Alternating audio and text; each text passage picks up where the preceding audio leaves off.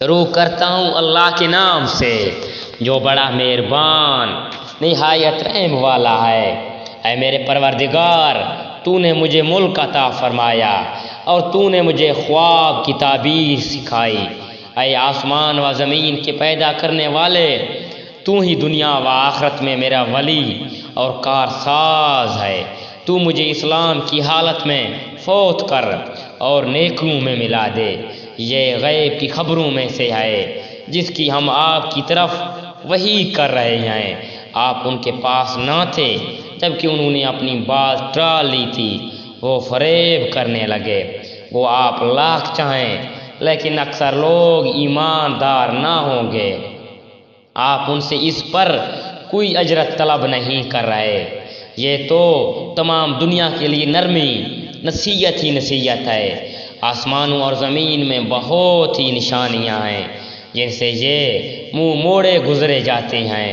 ان میں سے اکثر لوگ باوجود اللہ پر ایمان رکھنے کے بھی مشرک ہی ہیں۔ کیا وہ اس بات سے بے خوف ہو گئے کہ ان کے پاس اللہ کے عذابوں میں سے کوئی عام عذاب آ جائے یا ان پر اچانک قیامت ٹوٹ پڑے اور وہ بے خبر ہی ہوں؟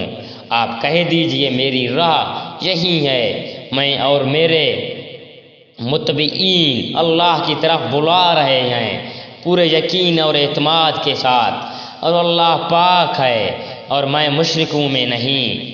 آپ سے پہلے ہم نے بستی والوں میں جتنے رسول بھیجے ہیں سب مرد ہی تھے جن کی طرف ہم وحی نازل فرماتے تھے۔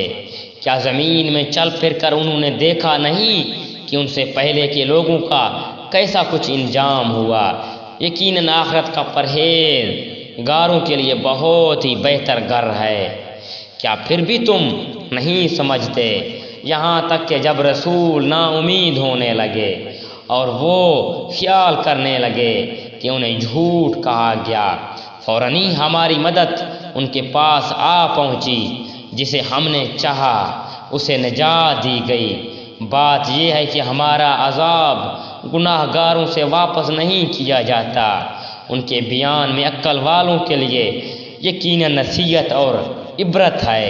یہ قرآن جھوٹ بنائی ہوئی بات نہیں بلکہ یہ تصدیق ہے ان کتابوں کی جو اس سے پہلے کی ہیں، کھول کھول کر بیان کرنے والے ہیں ہر چیز کو، اور ہدایت اور رحمت ہے ایماندار لوگوں کے لیے۔